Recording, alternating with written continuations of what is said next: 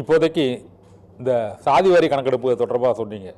சாதிவாரி கணக்கெடுப்பை பொறுத்தவரையில் சட்ட ரீதியான அங்கீகாரம் அப்படிங்கிறது வந்து இந்த மாநிலங்கள் எடுக்கக்கூடிய ஜாதிவாரி கணக்கெடுப்பில் வந்து இல்லை. அது ஏற்கனவே பீகாரில் எடுத்தாங்க. இதுபோல் மற்ற மாநிலங்களே எடுத்ததையும் வந்து அந்த சதவீதத்தை அமல்படுத்த முடியலை. அதனால தான் வந்து மத்திய அரசை திமுக வந்து வலியுறுத்துதுன்னு அவங்க சொல்கிறாங்க.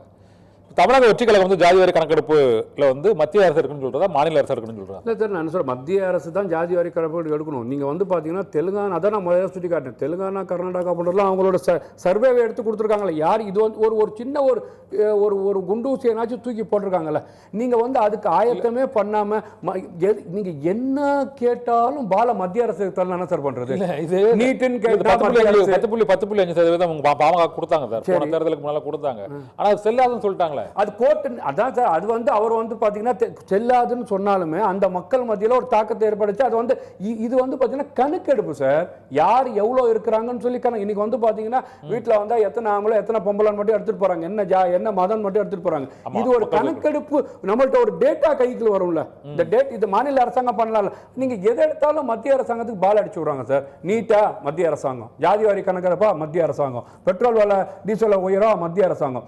தமிழ்நாடு அரசாங்கமும் அதை வந்து வரியை குறைச்சி பெட்ரோல் டீசல் நீங்க தேர்தல் வாக்குறுதியில் சொல்லிருக்கீங்களா குறைக்கலாம், சிலிண்டரா மத்திய அரசாங்கம். நீங்க 100 ரூபாய் மானியம் கொடுக்குறேன்னு சொன்னீங்களா? கொடுக்கலையா மத்திய அரசு? இப்ப ஆக மொத்தம் என்ன சிலிண்டர்னா மத்திய அரசாங்கம்.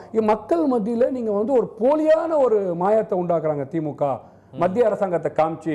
ஆனா அவங்களால முடிந்தது சிலிண்டர்ல வந்து மானியம் கொடுப்பதோ பெட்ரோல் டீசல்ல வரியை குறைப்பதோ முடிந்தது கூட செய்யாம அவங்க வந்து கமுக்கபல மத்திய அரசுல காய தள்ளி விடுறாங்கன்ற பக்கத்தில் பார்க்கணும். Okay sir. தமிழக வெற்றி கழகங்கிறது இப்போ ஒரு முக்கியமான விமர்சனம் என்னன்னா, முக்கியமான பிரச்சனைகள், அதாவது தமிழகத்தையோ அல்லது தேசிய அளவிலேயோ ஒரு முக்கிய பிரச்சனைகள் எழும்பொழுது அதில் வந்து வெறும் அறிக்கைகள் மட்டும்தான் அதில் வந்து வெளியாகுது. கண்டன அறிக்கைகளோ அல்லது அது தொடர்பான கருத்துக்களோ வெளியாகுது தொடர்ச்சியாக. இது மும்மொழி கொள்கைக்கு தற்போது அந்த எல்லாருமே போராட்டம் நடத்திட்டு இருக்காங்க. மும்மொழி கொள்கைக்கு எதிராக வந்து மற்ற கட்சிகள்லாம் போராட்டம் நடத்துகிறாங்க. அந்த விஜய் கட்சி வந்து பெரிய அளவில் அந்த மக்கள் மத்தியில் போராட்டங்களை முன்னெடுக்காததற்கு காரணம் என்னன்னு நினைக்கிறீங்க சார்? சார் என்னன்னு கேட்டிங்கன்னா, நீங்கள் அந்த மும்மொழி கொள்கை ஆர்ப்பாட்டத்துக்கு வந்து இன்னிலேருந்து தான் ஸ்டார்ட், நேற்று வந்து இன்னிலேருந்து கொஞ்சம் ஆரம்பிக்கிறாங்கன்னு பார்க்குறேன். திமுக போன்றதெல்லாம் இதுக்கு கண்டிப்பாக அவருக்கு. ஏன்னா நீங்கள் பரந்தூர் விமான நிலையம் விவசாய நிலத்தை வந்து கையகப்படுத்துறதுக்கு விஜய் போகும்போது வந்து எவ்வளோ ஆளுங்கொண்டு இருக்கின்ற அரசாங்கம் இடையூறு கொடுத்து நம்ம பார்த்தோம். மக்கள்லாம் எங்கே தடுத்தாங்க, எவ்வளோ இடையூறு பண்ணி அதுக்கப்புறமா அதை நடத்தினாங்க. அந்த மாதிரி வந்து பார்த்தீங்கன்னா மாநாடுக்கு எத்தனை டேட்டை மாற்றினாங்க, எத்தனை இடத்த மாற்றினாங்க. இப்போ உங்களுக்கு தெரியாத ஒன்றும் கிடையாது சார். இன்னைக்கு நடக்க போட விஜய் தொடர்ந்து இடையூறு பண்ணுறாங்க சார். கவர்மெண்ட்டுக்கு காவல்துறை வந்து முறையாக அனுமதி கொடுக்காம ஒரு இடையூறு பண்ணுறதா ஃபீல் பண்ணுறீங்க? செயற்குழுக்கு உள்ளரங்கத்து நடக்கிறதுக்கு என்ஓசி வாங்கிட்டு வாங்கன்னு சொல்கிறாங்க. நம்ம பார்க்குறோமா இல்லையா? இவ்வளோ இடையூறு கொடுக்கும் போது அப்போ மக்கள் மன்றத்தில் வந்து அவர் நிற்கணும்னு சொன்னால் இவங்க நினைக்கிறாங்க. அவங்க அதனால தான் அவர் சொல்கிறாரு, நான் வந்து 23ஆம் தேதிக்கு வேலை இருக்குது, அடுத்த மாதம் வந்து நான் மக்களை சந்திக்க கிளம்ப போகிறேன், நான் செயற்குழு நடத்த போகிறேன், நான் 120 மாவட்ட செயலாளர் போட்டிருக்கிறேன், 70,000 பூத் கமிட்டியை போட போகிறேன், இன்னைக்கு வந்து பார்த்தீங்கன்னா மக்கள் மன்றத்தில் போய் நான் நியாயம் கேட்க போகிறேன், நீங்கள் நீதி கொடுக்க ஆண்டு கொண்டு இருக்க அரசாங்கம் உங்களை ஏமாத்துதுங்க, மாதம் கரண்ட் பில்லை லீடிங் எடுப்பேன்னாங்க, இன்னைக்கு அதை பண்ணாமல் இருக்கிறாங்க, கரண்ட் பில்லுக்கு அதோட பில்லை வந்து உயர்த்தி இருக்கிறாங்க, இன்னைக்கு வந்து கைட்லைன் வேல்யூவை உயர்த்தி இருக்கிறாங்க, ரிஜிஸ்டால ஏறி இருக்கு, பால் விலையை குறைப்பாங்க, பால் விலையை குறைச்சாங்களா, நீங்கள் வந்து பார்த்தீங்கன்னா முதியோருக்கு வந்து பென்ஷனை உயர்த்தினாங்களா, இவ்வளோ விஷயத்தை போய் விஜய் யார்கிட்ட கேட்க போகிறாரு? திமுக கேட்க போகல சார், மக்கள்கிட்ட கேட்க போகிறான்ற அடுத்த மாதம். அப்போ வந்து இது வந்து பார்த்தீங்கன்னா தேர்தல் வந்து நீங்கள் நினைக்கிற மாதிரி நாளைக்கோ அடுத்த வாரமோ நாளை கழிச்சோ கிடையாது. தேர்தலுக்கு ஒரு 13 மாதம் காலம் அவகாசம் இருக்கு. இதுக்குள்ள மக்களை சந்தித்து அவர் கேட்கக்கூடியவர் மக்கள் நம்புவாங்க, மக்களை நம்பி நான் நிற்கிறேன். ஜனநாயகன் படம் ஷூட்டிங் இன்னும் முடியலையே சார்.